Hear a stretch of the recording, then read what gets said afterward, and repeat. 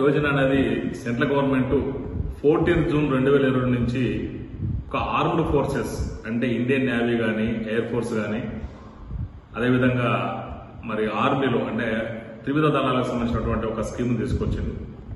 మరి దీని ప్రకారము 17.5 సంవత్సరాల నుండి 23 సంవత్సరాల ఏజ్ ఉన్న వాళ్ళు దీంట్లో ఎలిజిబిలిటీ అని చెప్పింది.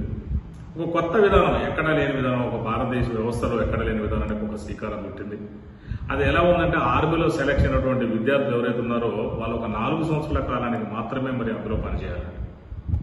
సో 4 సంవత్సరాల తర్వాత వీళ్ళ యొక్క పని విధానాన్ని బట్టి దాంట్లో 1/4 అంటే 40,000 ఒక 10,000 మంది మాత్రమే వాళ్ళు పర్మనెంట్ చేసుకుని మిగతా 30,000 మంది ఉద్యోగులను ఏదైతే వాళ్ళని మళ్ళీ నిరుద్యోగులుగా రోడ్డు మీదకి చేయడం జరుగుతుంది. బీజేపీ పెట్టే స్కీమ్ ఇది.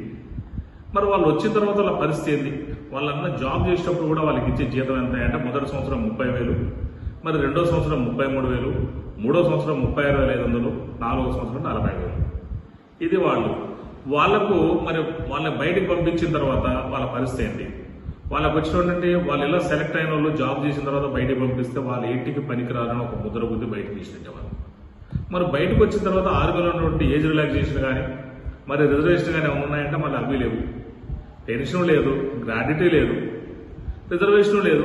మరి దానివల్ల ఏం లాభం? పైగా వాళ్ళు వేరే జాబ్ చేద్దామంటే కూడా భారతదేశ యువతకు కానీ తెలంగాణ యువతకు కానీ మళ్ళీ వేరే జాబులు తీసుకోరు. ఎందుకంటే వాళ్ళు వద్దన్నారు కదా, అంటే ఏంటి పనికిరాని ముద్రించినట్టు అయిపోయింది. మరి ఇది ఒక రకంగా చెప్పాలంటే ఇది కాంట్రాక్ట్ జాబ్ కూడా కదా, అవుట్ సోర్సింగ్ జాబ్ అని అంటే వాడుకొని వదిలేసుకునే జాబ్ ఇది. అంటే బీజేపీ భారతదేశ యువత పట్ల ఎంత నిర్లక్ష్య ధోరణి వహిస్తుందో ఈ స్కీమ్కి, ఈ స్కామే మనకు చక్కని ఉదాహరణ. మరి దీన్ని కాంగ్రెస్ పార్టీ మొదటి నుంచి కూడా దీన్ని వ్యతిరేకిస్తుంది. ఎందుకంటే దీంట్లో నియామక ప్రక్రియ కానీ జాబ్లో ఉన్నటువంటి గ్యారంటీ కానీ వాళ్ళకి ఇచ్చే ట్రైనింగ్ కానీ ఎక్కడ కూడా క్లారిటీ లేవు.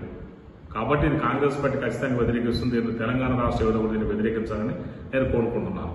మద్ది శ్రీనివాస్ రెడ్డి, టీపీసీసీ రాష్ట్ర అధికార ప్రతినిధి, తెలంగాణ.